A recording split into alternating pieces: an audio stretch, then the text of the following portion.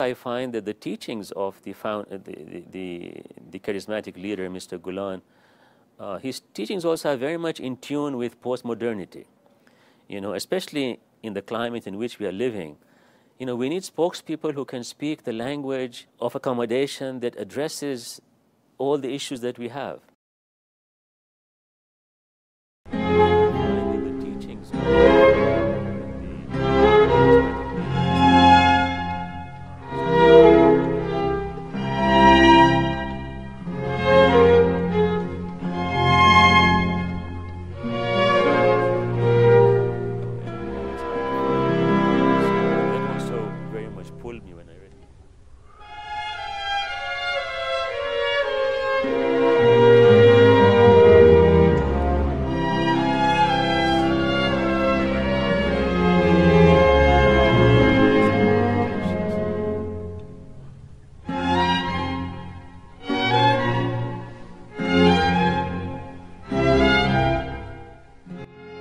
My background goes to, originally from India. My great-grandfather came from India, and he migrated to East Africa for economic reasons.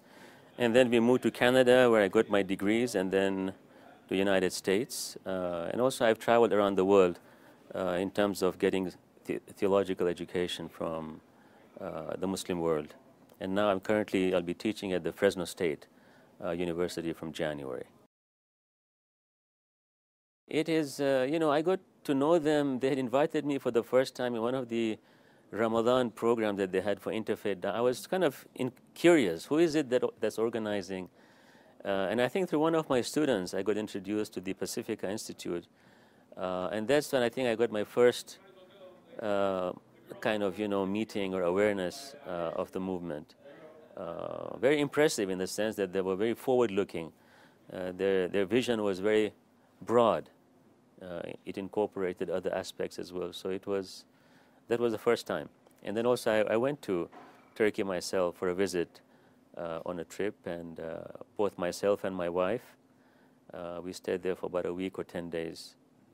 It was very pleasant. My general impression of the movement, I haven't done an academic kind of study on the work, but from all my experiences, I find it to be a unique movement in the sense that they are targeting aspects of human life that are not dealt with by normally Muslim organizations. That is to say, it's a much more holistic picture of the movement. That is to say, they cover education, they cover things that are charity. They have TV programs, radio programs, also real estate. It's a very kind of an expansive, broad vision movement. And also I find that the teachings of the charismatic leader, Mr. Gulen, his teachings also are very much in tune with postmodernity. Especially in the climate in which we are living. We need spokespeople who can speak the language of accommodation that addresses all the issues that we have, and it's hard to find. So that also very much pulled me when I read his book and Sayyid Nursi's books towards the movement. I have read several of his works, one is a basic work on Intro to Islam, something. There's another work on Sufism. One is on tolerance. I don't remember the exact titles. There were a few articles that came in the Muslim World magazine about Mr. Gulen. I have read some of Sayyid Nursi's, especially his mystical works, Sayyid Nursi's work. To the extent that I know him, my only understanding is through his books. Okay, and the works that I read, I very much like his method, his approach. It's very in tune with modernity. At the same time, it is very much anchored in the Islamic tradition. You see, it's very hard to find a good balance. We have scholars who are good writers, but they have become highly secularized. They don't want to have anything to do with religion. And then we have other scholars who are extremely grounded in religion, but they cannot talk the language and discourse of modernity, So in him, I find this kind of a nice convergence of both addressing the Islamic issues and remaining authoritative to Islam at the same time, trying to make it compatible with modern discourse. For example, his book that he has on, recently I read his book that came out recently on Muhammad. It's a very interesting introduction to the figure. Although we have so many other works on Muhammad, as you know, but his approach is still unique. And this is hard to find in one person. The mystical aspect, the legalistic aspect, the theological aspect also. He's anchored in today, contemporary. He writes very well, and he has a good pen. And the other thing I find about him very, very appealing to me is I find him to be a very humble person, And this is just my own take, I normally get attracted to people who have intellectual humility because they have lots of arrogance, in the academy, wherever you go, whether you are in university, whether you are in Islamic centers, whether you are in colleges, business world, there's a lot of arrogance, and self-praise, self-aggrandizement. One thing I find about him is the sense of, that humility. I think that's very appealing as well. I see him working on two different tracks. One is at the level of service to humanity in terms of education. I know when there was an earthquake in Turkey, one of the first people who really came out to rescue and to give assistance were from the Hizmet movement. The government took quite a while to respond. So one is really, just service to humanity in general without any kind of, discrimination against, race or religion or color and ethnicity and so on. So it's a very kind of an inclusive service to humanity. The other very interesting thing I think that he does is on education. Because the Muslim world, we lack very much the literacy of education. Many of our problems today can be attributed, to the lack of literacy, education literacy, religious literacy, also economic exploitation and so on. So his emphasis also on education is unique in many ways. The unique features, of the Hizmet movement is the wide, expansive, the reach that they have.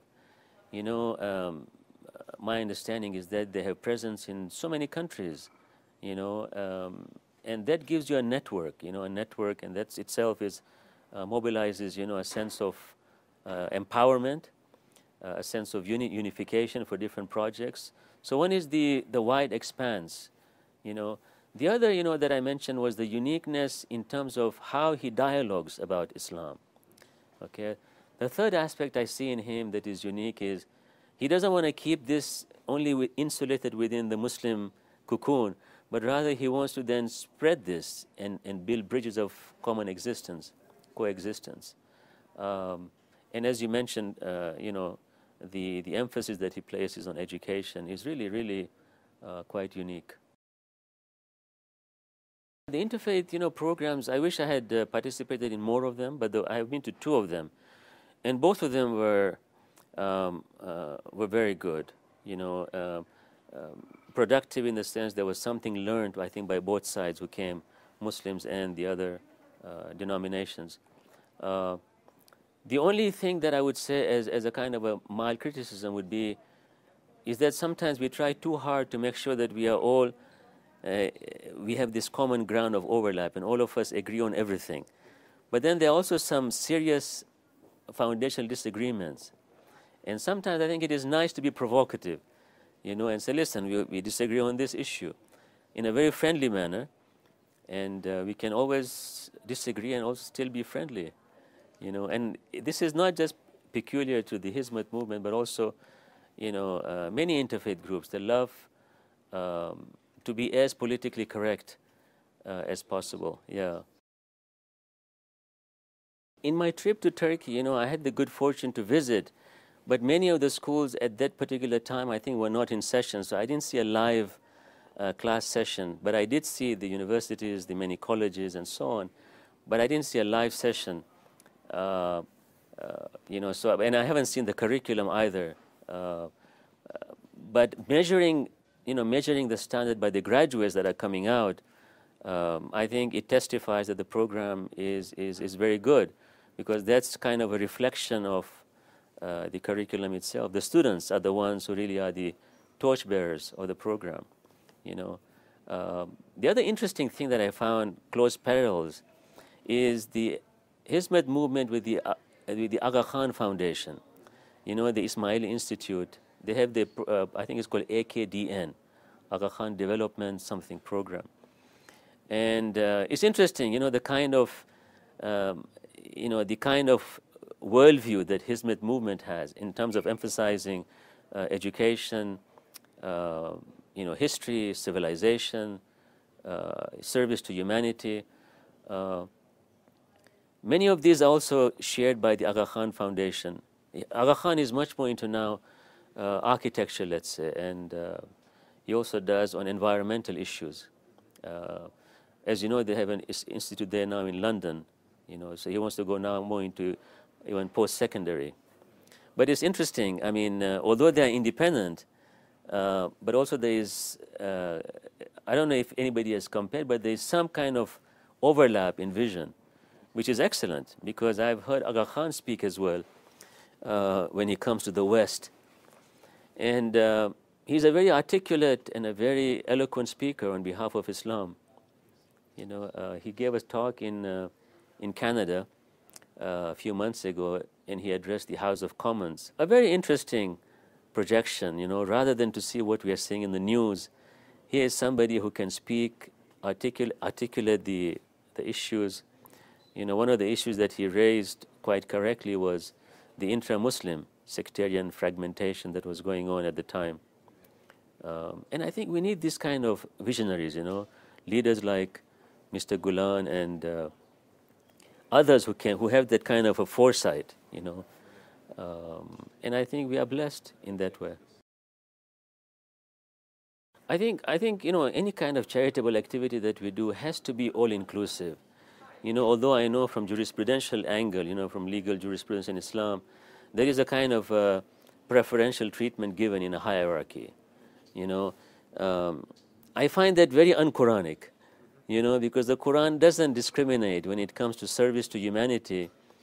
God has given us life. All of us are worthy of His of dignity, and therefore all of us are. He gives us rizq, sustenance, So then all of us are entitled to have similar kind of treatment. So I find that very good. I find that very, very, very heartwarming that they don't discriminate based upon any of these criteria.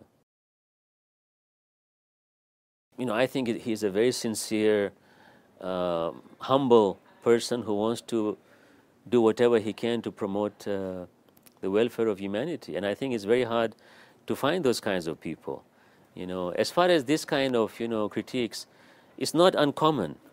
Great people always receive.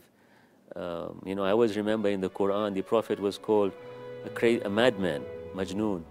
Sometimes he was called, a sorcerer. So great people do receive also criticism.